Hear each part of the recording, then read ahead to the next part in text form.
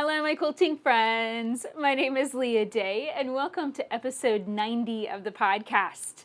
And this week, I'm just going to share a putter around episode, the different projects that I'm working on, and how I'm working to prioritize, because I got a lot of different things going on, and I have a lot of different goals that I really want to achieve this year, and I've realized I've got to cut back, I've got to reorganize, and I've got to get really focused. So in this podcast episode, I'm just going to talk about that, share the different projects that I'm working on, and then also, as I'm talking, I'm going to be working on a project that is really near and dear to my heart and get to the next step with it. So let me tell you about this project first to start. This is my latest goddess quilt, and I drew this a couple weeks ago, and it is a pregnant goddess. So it is a big pregnant mama surrounded by some really beautiful parallel lines. It's very flowy, it's very simple, it's very simplistic. She doesn't have facial features, she just has a smooth curve for her face. This was a style that I did when I was pregnant with James. And, I basically did not draw in or try to create really detailed facial features. And then the reason was I didn't have the confidence to draw all that and get it just right. With this particular quilt, I drew and erased her face like 20 times and then finally realized I'm fighting it. It's not working. There's something about the angle she was looking down. And I just gave myself permission to go back to what had worked before. And I'm so glad I did that because I think it's really, really pretty. And it doesn't necessarily need facial features and a nose and a mouth and all that kind of good stuff. That's, it's good for certain quilts. I've got Eternal Love, which is the goddess quilt we did in a quilt along this summer. I've got her hanging up. I've got two versions of her here hanging up behind me. And she has facial features and it works for that quilt. I drew that. Sometimes when it's going to work, it's like the first time I draw it, everything works out right. When it's not going to work, it's just a real big, draw and erase kind of process, and it doesn't ever pan out. So I just gave myself permission, no face on this one, and solidified my master pattern, put that into Illustrator last week, scanned it in, drew all of the lines in Illustrator, blew her up, and here's the thing, this is not a very big goddess quilt. She's medium size, I would say. And I'm limited. The reason why she is this exact size, and it's 21 by 40, and the reason is that is the length of my silk. So I have silk fabric that I plan to make her out of, and I can't make her longer than that because the silk fabric's running around 40, 44, something like that. I don't want to put seams in the middle of the quilt or anything like that. And really, I have to be honest, I just really don't have time to make some really, really huge quilts. So this seems like a really good size. She's big enough where she's gonna make a really pretty wall hanging, but she's not so huge that it's just gonna be an overwhelming, time-consuming, month after month, year after year project. My last goddess quilt was Dream Goddess, and she took like 3 years to complete because I just got bogged down with the quilting and I didn't have time. So I'm really hoping that this size will be about right. So that's what I'm doing. I've got the master pattern put together, and I just printed out all of the sheets on 8.5 by 11, cut them apart, taped them all together. And this is my process for most of my goddess quilts, is to work off of a master pattern. And it's something that I've realized in the last couple of weeks. I've really never taught how to do this, how to work off of a master pattern. I don't need, separated, cut out, stamped out appliques. I very rarely need templates or anything like that. I just need one big sheet, and then I go from there, and I can do any style of applique I want to work with off of that master pattern. And I realized I really need to teach that. This is a skill, and it's something I've known how to do for years, and I kind of take it for granted almost. So yeah, this is on my list, definitely, something that I would like to teach in the next year or so. But what you're going to see me doing is basically just getting the beginning prep ready to go. I lay out the master pattern and tape it down, and then now I am cutting freezer paper, butcher paper, and I'm covering the entire surface with one layer, and then I'm going to transfer all of these marks with a micron pigment pen. I'm going to draw all of those marks, and then double the freezer paper by pressing 2 sheets together with the waxy side on top of the paper side, and that will make nice, thick, rigid templates. So then I can do freezer paper applique or freezer paper piecing, which I realize these curves are just about perfect for freezer paper piecing. And that's another technique I've pretty much never taught. Another one that I really enjoy. I think the reason why I haven't taught this stuff is because I haven't had a really good project that was simple enough to break that into steps, and then I also, I've kind of just focused so much on piecing and kind of beginner tutorials that I really haven't ever given myself permission to try teaching that. So I've gotten a lot of emails, I've gotten a lot of comments over the last couple of weeks, just, quilters sharing ideas and kind of chiming in and saying, yes, I like blogs. I still read blogs. And a lot of people saying that they really enjoy the videos, but that you guys are looking for more techniques and more things to do and more ways to make your quilts faster and easier. And I'm always looking for the exact same thing, trust me. And this particular technique, in my head, it's time consuming, but then when I consider fusible applique and, the time consuming nature of kind of finishing all those raw edges and that kind of stuff, it's no more or less time consuming. It's just a lot of beginning prep work. And that beginning prep work is what can take a lot of time, and you need a little bit of space. I have to have this entire corner of the table clear and in order to spread everything out. But it's really not that bad. I think in my head I can make things a lot bigger than they actually are. And yeah, it's not actually that complicated. Now you might be wondering about this roll of paper. This is butcher paper and it is like 30 inches wide. Yeah, this is 30-inch wide, nice and thick too. It's not like this super thin stuff. 30 inches wide by 50 feet long. I found this at Hobby Lobby. And before you make a comment about Hobby Lobby, and trust me, I've heard it all, Hobby Lobby is 5 minutes from my house, and yes, I shop there because I have never lived that close to a super nice hobby store, and I really like it. And that butcher paper is awesome. I mean, it's 30 inches wide, so you could do 30-inch quilts really, really easy. You don't have to put the pieces together lengthwise, lengthwise in order to get it to work, and that is really awesome. So I really like it. And I found that in the paper section. I was just looking around and James was with me, so I was a little on the distracted side, but then I saw the words butcher paper and it jumped out at me. It's like, oh my gosh, if that is the same as freezer paper and it has that nice waxy side, and that waxy side is why it's so awesome for any kind of quilting technique, because that wax, you can heat it up with your iron when you press it. You heat it up with your iron, it'll melt. When you stick that onto itself, so like waxy side down onto the paper side, then it'll stick to itself securely, and then you can create reinforced templates. It's awesome. It's awesome, awesome stuff. And it's been used for forever for quilting, for appliques and that kind of thing. So when I saw that, and especially in that nice big long roll, and it was not expensive, that whole roll was $14.99. So yeah, and you can use coupons, of course. So I thought that was pretty neat. And when I saw that, I was like, all right, that's definite. I was kind of still waffling around about what technique I wanted to use for this goddess.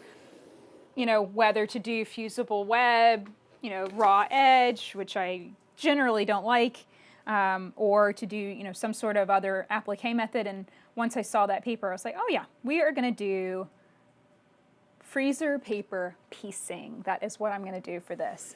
And it's almost the exact same prep as freezer paper applique, but then there's the piecing process that's involved too. So it's really not hard. It's just a few extra steps here and there, that's all. So a couple other things I've been working on this week, and you might be wondering why I missed last week's show. This was actually supposed to be posted last week. And I'll be honest, I was feeling kind of funky. Not like I had a cold. I I had been writing about, in my book, this challenge book, I had been writing a passage, and then I got distracted. Josh came upstairs. It was time to start the work day, and I just I dug something up, but I hadn't figured out a way of sorting it out yet, if that makes sense. And I was still felt like the book was still very much in my head and in my heart, and I was still very upset about what I'd been writing. And what was funny is I actually realized after the fact that I was writing in completely the wrong tone. I just something I'd written had made me kind of mad. And so my tone was off. The whole thing was it was just not good. It was a whole bunch of bad juju, basically. But basically, I came downstairs and I was putting together the paper pieces of the goddess. I was cutting them apart and recorded the podcast with that. And then I listened to it, and I was just like, I'm just off. My attitude isn't there. I don't like myself. It's bad when I'm like, oh, I don't like that girl. I don't like what I'm listening to. So ultimately, I just decided. I even went so far as to edit the podcast and upload it, and then I said, no, I can't share that. So sorry about that. It might be that we move to an every other week show. I'm still undecided about that. That's how I started the show. I started the show running every other week rather than every single week. And it was only last spring that I bumped up to every single week. And I kind of feel like that's still open to me. I can fiddle around with it and make it as often or as not often as I need to for my schedule. I want to be consistent, obviously. I don't want you guys to be, expecting an episode and then not get one. But yeah, I have been thinking a lot about what I've been sharing in the podcast as far as what is the theme or what am I mostly talking about. And I think that the tutorials are not really working because a lot of people start the tutorial like they might search. Like the most recent one was how to quilt in a tiny quilting space, and they'll search that and they'll find it and start watching, and then I have my intro and then they're kind of confused, like, oh, wait a minute, why are you talking all about all this other stuff and not talking about the topic. So it's just creating some confusion on YouTube especially. And so, yeah, I'm just kind of trying to feel this out. If you have suggestions for what you'd like to hear in the podcast, if you'd like it to just go to intros, like what I'm sharing today, where I'm just kind of free talking about what I'm working on right this second and sharing about my ideas and the scenes around the house and that good stuff, then that can be the podcast from now on. Also interviews, and I'm always looking to talk to more quilters and have great interviews. I'm flexible, I really am, but I've definitely noticed an uptick in just some confused comments. It's not necessarily good, it's not necessarily bad, it's just confusion, and a lot of people are indicating that they just don't have time to watch the whole video and absorb all that content. It's just too much. So it's something I'm thinking about definitely, and I don't want to make anybody mad. It's not good to make people mad, especially on YouTube. And really more than anything else, it's not necessarily mad, it's just wanting to make the right content and post it in the right way so that you guys get the most out of it and enjoy it. So it's the most useful. I can teach something in 5 minutes, or I can teach something in 30 minutes. How much time do we got? I'm on a time limit these days too, and it's something I'm thinking about when I want to learn something. And like just this week, I have been looking up information about screen printing. I've kind of been running down this whole block printing, screen printing tangent. It's been a lot of fun. And I started searching for information about it and found some really great videos. And I'll actually link up the video that I found, which I thought was really excellent. And then the person that shared the video had a PDF to download, which I thought was awesome. And I downloaded the PDF and printed it out. It's like, here's all the information that I need to do screen printing. I didn't have to go anywhere else. It was all right there, and that just really worked well for me. When I see something like that, where it just really works well and I'm super impressed by it, it's a big deal. So I pay attention to that. And it's good to understand that there's so many different ways of doing this. I can shoot a video with just my hands. I don't have to be in it. I can shoot a video that, and teach you how to do a unit like the hourglass squares that we learned last week. I can shoot that without ever having my sewing machine in it. I can just, show you like, okay, you're going to stitch this and then go to the next one and stitch this, then go to the next one and do it that way. So there's just a million different ways of doing this. And I am thinking about this and changing this up. Definitely. I think the world is changing, and yes, people are getting a little bit more impatient, but that's not necessarily a bad thing. It's just, there's just so much out there, and I'm even getting overwhelmed by it. There's just so much information out there. And I think that I have to always continually come back to how lucky we are to have all of this information and be able to make whatever we want. At any given time, we can build any skill that we want to. And, like learning how to do that screen printing t-shirts if I want to make those. Yeah, that was pretty cool. So another thing that I'm thinking about, and it's just really been bugging me lately. I've been noticed a pattern that I got into with James where I want to do something with my son. I want to teach him skills. I want to help build his dexterity. He's great with his body. I've had him in karate now for several years, but he's not so good with fine motor, fingertip, hand. His hands are not super strong. And I really want to help him work on that. And I also, really want us to have something we can do. We can spend some time together as well, and gets me off the computer, gets me stopping working, especially on the weekend, which is really easy to just make the whole week a work week and not pay attention to the weekend. So I've been thinking about this a lot, and I noticed the habit of just going and buying stuff, and because James would say something like, oh, well, why don't we go to Walmart and, go look at yarn, or or paint or whatever, or why don't we go to Hobby Lobby and go look at leather or something like that. And I started to notice this pattern. It's like, well, we're going to go look at that. We're going to go buy some stuff. And then by the time we get home, I'm too tired. He's hungry. It's like we're not actually doing the thing. We're not actually making anything together. We're just shopping a lot. And that started to bug me. It really has. I noticed that behavior, and he started asking me this weekend, oh, could we go and go shopping and look at some stuff? He knew I was interested in the screen printing stuff. Oh, can we go and, buy the paints and buy the screens and all this other stuff? And I was like, well, James, I think I can actually make those screens myself. I have wood in the barn. I've got silk organza in my stash. I can make silk screens myself. I will need the emulsion, the UV light stuff, the paint stuff, but I can get started at least and not spend a dime. And that's the thing. I started really being picky about money, trying to emphasize that to him. If I don't have to spend the cash, why spend the cash? Let's use up what we've got here. Let's use up the materials we have here. How can I use this in a creative way so I don't have to go to the store, so I don't have to leave the house, so I can spend more time with you here?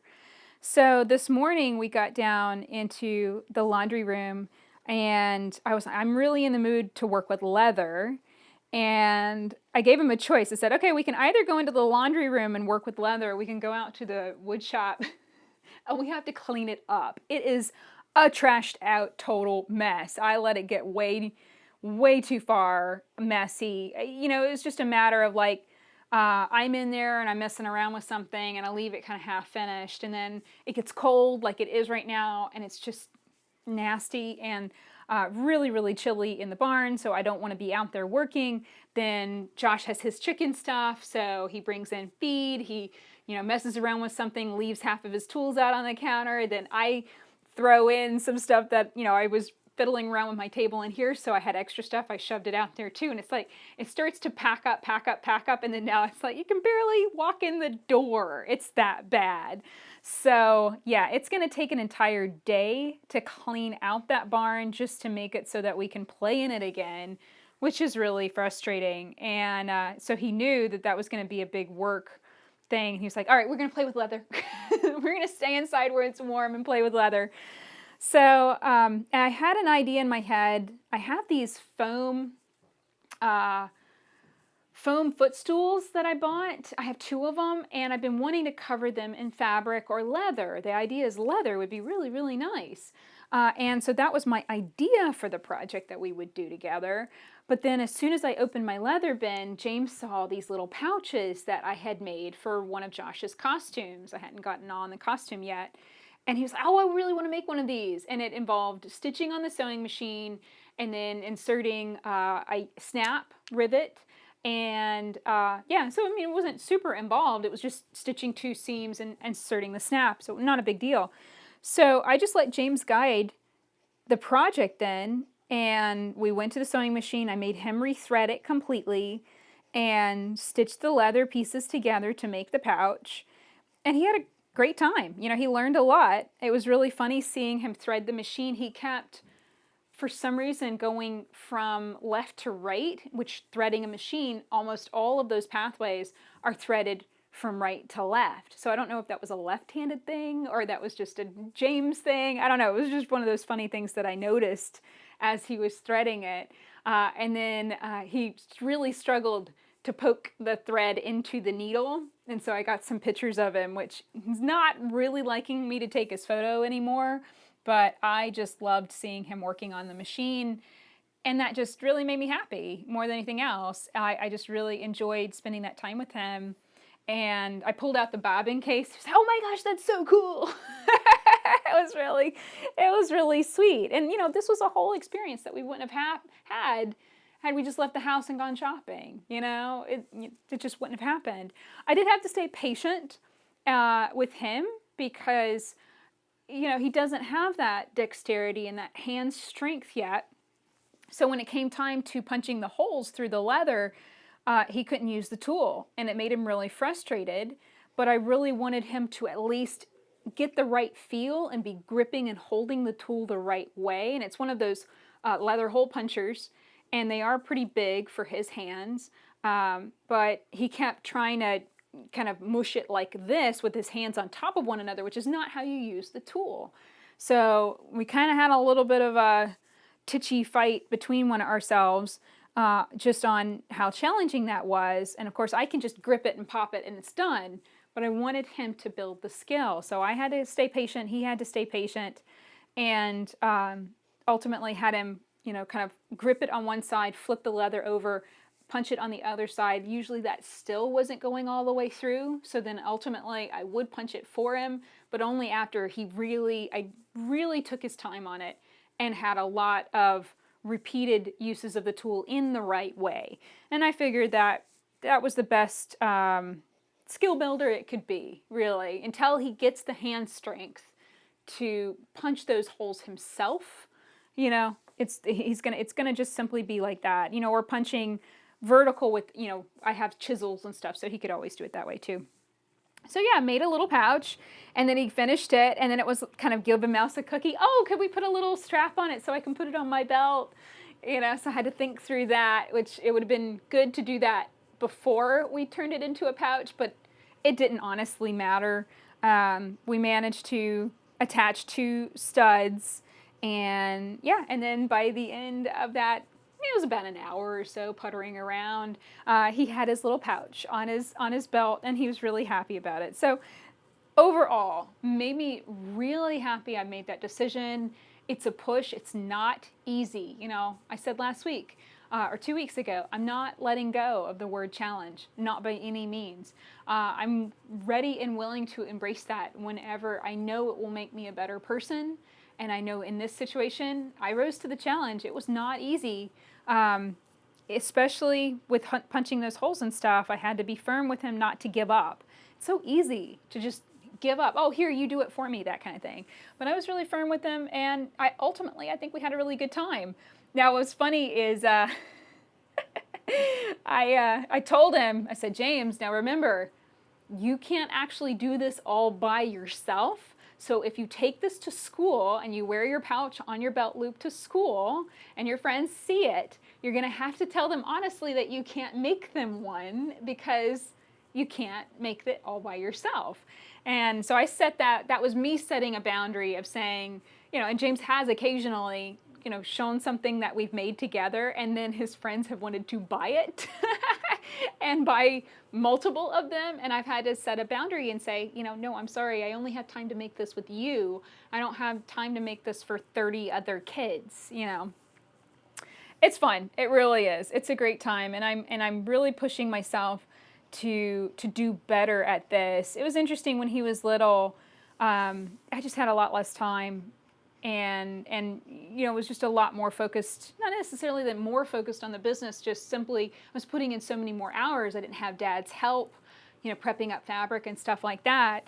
And I can remember talking to James's guidance counselor. He was kind of a guidance counselor slash principal at his school, and I was just kind of like, he's not as skilled and crafty as I would have expected being my son. And she was like, well, how much time do you actually spend doing that stuff with him?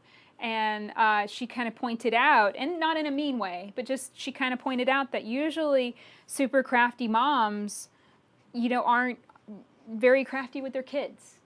And I just can remember that sticking with me. And James was like in kindergarten.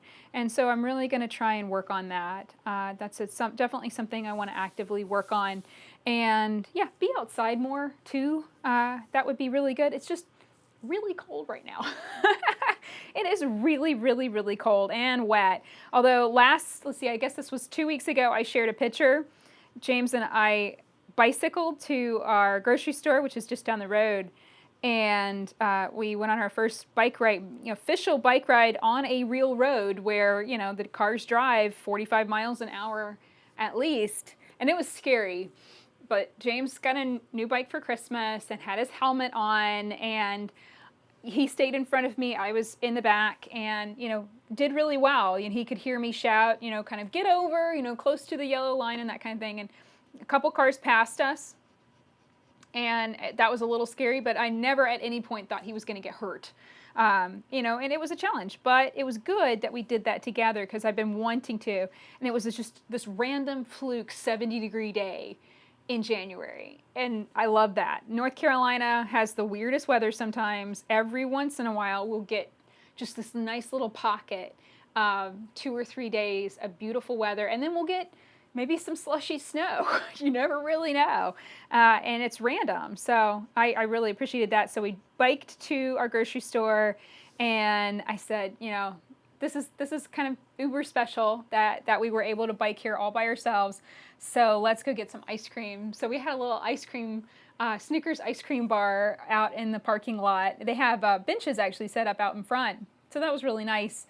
We were able to sit out there in the sunshine and enjoy our ice cream and then bike back. And it was nice talking to James about it. He was like, that was a lot harder than I ever expected. Like in his mind, it was going to be really easy. And then when he actually got on the road, it took a lot longer. His legs hurt more than he was expecting when he got home. So it was good. I think good experiences all the way around. And I just really want more of that with him.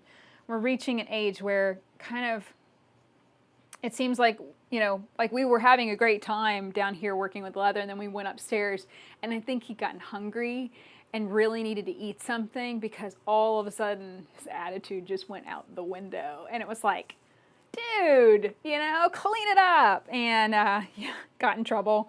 Lost his allowance and got some chores all in one row. It's like, man, you stepped in it, dude. So yeah, this is one of those things. I don't talk about parenting very much because it seems like every time I do, someone gets critical with me about it. And writing this book on challenge has really helped me feel a lot more confident about my parenting and also feel a lot more open about sharing about it. I don't think there's a right or wrong way to parent a kid, but my focus, at least for the last 5 years especially, has been let's do real things, let's do physical things, let's not game as much. James gets maybe 20 minutes of gaming time a day, and that's earned. That's because he does his chores and that kind of thing. He's got to go do those things first, and then gets those 20 minutes in, and then that's it. We time it. And that's been my focus, since I noticed, we had some behavior problems and stuff when he was 8. And ever since that, really cleaned it up, got it under control, and I've felt so much better about it ever since. So, yeah, the criticism is there, but ultimately I always come back to, I know I'm doing the right thing. This is how, my parents raised me, spending time with Dad. I hung out with him in his wood shop. I can remember pounding my fingers and thumbs to the point of bleeding and tears and frustration, just absolutely tortured myself trying to learn how to hammer in nails. And a lot of times I was using scrap wood that was just absolutely not the right wood to be trying to hammer. Dad would cut up something nice like cherry, but that's a really, really hard wood. You can't hammer into it. And I would just pound nail after nail and miss and hit my thumb. And, I learned through rising to the difficulty of it, and getting through it, and then learning how, tell which kinds of woods apart and all that kind of good stuff. And now I have a wood shop myself. If I hadn't had that experience hanging out with Dad, I probably wouldn't have that interest at all. So I think it really is, I am happy with what I do. And I think that's where it's at. I think that's the most important thing more than anything else. And just in case you did not listen to last week's podcast, or podcast number 89, as my word of the year for 2019, and that is embrace change. And Josh and I are trying to have another baby, hopefully this year. Still have no news on that, but yeah, I'm really looking forward to that, and I'm wanting to change my habits right now with James so we do more together and have this time together. It feels like a very brief time, even if I don't have another baby. It's a brief time because James is going to be growing up and leaving the house in 8 years. And I really want to enjoy this time with him and share and teach him as much as I can in this brief time that I have. So yeah, that's another reason why I'm doing this. And I just think it's really important to me more than anything else. So yeah, that is another line drawn. I'm really loving this. I'm using just in case you're wondering what I'm using, this is a Micron Pigma pen, and it's a 5mm tip, and I think that makes a nice dark black line, easy to follow, because this is going to be a template that I cut out. I double the freezer paper layers, and then I cut it out, and then these edges will be basically what is the piecing lines, what gets pieced along. So yeah, definitely good to have nice bold lines I can really easily see. So a couple other things we've been working on. Dad and I have been playing with Pantographs. This has been something in progress for a while.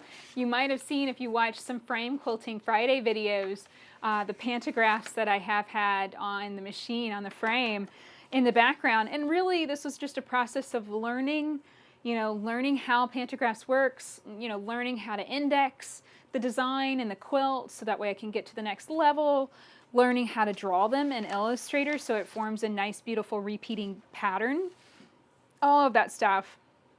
So this week, kind of got all that figured out with Dad, and that felt really good. I knew it was going to be just a little bit of back and forth and, and experimenting, and it takes time and energy and brain power in order to be able to experiment. And I have to be comfortable kind of wasting some time more than anything else. And it wasn't necessarily the best week for it, but I did it anyway, and I'm really glad that it did. What we ended up doing was I used just some scrap fabric. I ended up making 2 baby quilts. So this was just some kind of just play fabric that I bought, and then I had this prepped up red already ready from a dress that I made and draped, and then put it on the frame, and it was really easy to play with that pantograph. And as you can see, beautiful feel. It is slightly denser than I think we're going to work on some more open ones, so just we have a much softer feel. I think if you did minky on the back of a quilt with some of these, especially this flame, this cartoon, I think that's cartoon tree, yeah, this kind of flame design, it might end up feeling just a little on the stiff side. It might need a few hundred washings in order to really soften it up. So I'm going to start playing with my edge as far as how wide apart the lines can be, but I'm planning on 4-inch pantos for really small machines, like if you have something like the little Q-zone frame and your home machine on it, then you're not going to have a lot of space to quilt in. So nice little narrow pantographs for that, and then a double pantograph where you get two, basically the same design, but you have it flipped. So it's wider, so you have a good 8 inches. Something like 8 inches fits on the machine and the frame that I have right now, and that works great. So I'm playing around with that, and we're going to be printing those. I've got a test coming in this week, which is super exciting. And then, of course, Friendship Quilt Along. This is block number 2, and this is the quilting design. So this is quilted on a combination of my Eversewn Sparrow 20 and on my Singer treadle. So I did the super spiral first on my treadle, and that was just an experiment with walking foot quilting on the treadle. It was really fun. And then I switched over. I actually put the ruler foot on the treadle, and I kept trying and trying to get it to work, and it just wasn't going the way I wanted it to go. It wasn't, I just couldn't trust that I could turn on the cameras and get going with it and actually be successful, versus having constant thread breaks and constant interruptions just because I was on that particular machine. So I switched over to the Eversewn and finished it up, and it turned out really, really good. So I hope that you'll go and check that out. You can find this tutorial at leahday.com/friendship. That's where I'm linking up all of the tutorials, and that's also where you can buy your block patterns too. You can buy block number 1 and block number 2 and catch up. You've got plenty of time. You can totally catch up. So another thing that I shared in last podcast was the idea of a membership site. And I really didn't know how people would react to this, how quilters would. I didn't know if you guys would like it or be receptive to that idea, but I got a lot of really, really positive comments, and that really made me feel great. So the basic idea is we had awesome groups on Facebook, 2 awesome groups. It was a lot of fun, but being on Facebook and dealing with bots and trolls and just the nasty vibe that is Facebook, all of that just came to a head this last summer, and we ended up shutting it down because it was just, we couldn't maintain it. We could not keep the riffraff out of the group by any means, and it was impossible, and it didn't feel safe either. Facebook has been notorious for selling personal data and for, kind of letting people in that shouldn't be in and letting them have data that they shouldn't have and all that kind of stuff. So we ultimately shut those groups down. But I have been getting so many requests for some sort of group or some sort of platform where members of the Friendship Quilt Along can share pictures. I've also just been getting, generally a lot of people have been asking where they can share pictures of any quilt that they've made that I've designed, and and just simply see other people's free motion quilting, be inspired, have an easy place to ask questions, have an easy place to get answers, all that good stuff. So I really started investigating this. Josh did too. We found a platform and started testing around with it, started playing around with it, and this week I think that we've decided to make a go of it. So you can find the website. It is quiltfriends.club. It is the Leah's Quilting Friends Club. It does cost $2.99 a month or $24.99 a year. So if you go with the yearly subscription, it does save you a good bit of money. The idea here is this group will enable us to be able to run the group. The monthly payment gives us basically the income we need to be able to take that time and spend that time making sure that group stays clean and friendly and fun. It also allows me the space and time to make an extra tutorial every month, and that's going to be called the How Do I Quilt This tutorial. Basically, in one area of this platform, you can post pictures during the month, and then once a month I'll take all of the pictures and download them and print them out, and I'll shoot a special video just for you guys on how I would quilt each of those quilts, like my suggestions for quilting each of those quilts. So that's going to be an exclusive video just for that space. And then, of course, if you're following along with the Friendship Quilt Along, you have a special, and this is the thing, it's also really, really well organized. So you have special topics where you can find exactly what you're interested in. You can post your pictures. You can post a video. If you wanted to make a video of you quilting, then you could post that there. and you can get that same awesome interaction and sharing. And it's also a really great platform for making new friends, because you not only can see other people's main number one interest, you can see where they're located in the world and be able to really easily see if there's anyone in your area, and you could start your own little mini quilting bee. So yeah, it's an awesome, awesome platform, and I'm really excited about it. Took a lot of time last week to get everything finished and set up, and I really hope that you'll come and check it out. It is, like I said, $2.99 a month, but it's going to be a great place to learn. It's going to be a great place to share. Charging that little fee helps keep the negativity away, I think, more than anything else. At least that's what I'm hoping. It is a way of supporting us. It's a way of supporting this podcast. It's a way of helping me continue to make tutorials and share them for free online. So all of that and more great, awesome stuff. And please don't worry if you're fearing that I'm going to stop sharing all free tutorials. No, I'm going to continue to share free quilting tutorials. I'm going to continue to share my Frame Quilting Friday videos, for example, on YouTube. This is just a new place with a little extra content and more organized, easier to find things, easier to make friends, and a great place to share. That's all ours. It's not on Facebook. It's not on any of these platforms that are just really prone to negativity. And it's a lot of fun too. You can get it as an app on your phone. You can also be on your desktop, on your regular computer too. So it works either way. And it's a really great streamlined experience both ways. I've been playing with it quite a bit and I love it. So I hope that you'll come and check it out. You can learn more at quiltfriends.club. That's where you can find it. I'll also be sharing, putting some links in the sidebar of leahday.com so you can really easily link over. And yeah, I hope that you'll join in the fun and help support us, help support this podcast, and become my best quilting friend, basically. So yeah, this is a big step in a new direction, but I'm really excited about it. I truly am. So that's pretty much it for this week. I really hope that you enjoyed hearing about this new goddess quilt and seeing me take this first giant leap, honestly. This was a lot of work that I got done here on this. So I hope that you enjoyed seeing that and the pantographs that we will have coming out soon, and hearing about my adventures, having some fun with my son too. You know, it's really good. I love this life. I would not be wanting to do anything else. That is not to say that it is not without challenges. Definitely the case. So I hope that you enjoy hearing this. If you'd like to find more podcast episodes, check them out at leahday.com/podcast. Until next time, let's go quilt.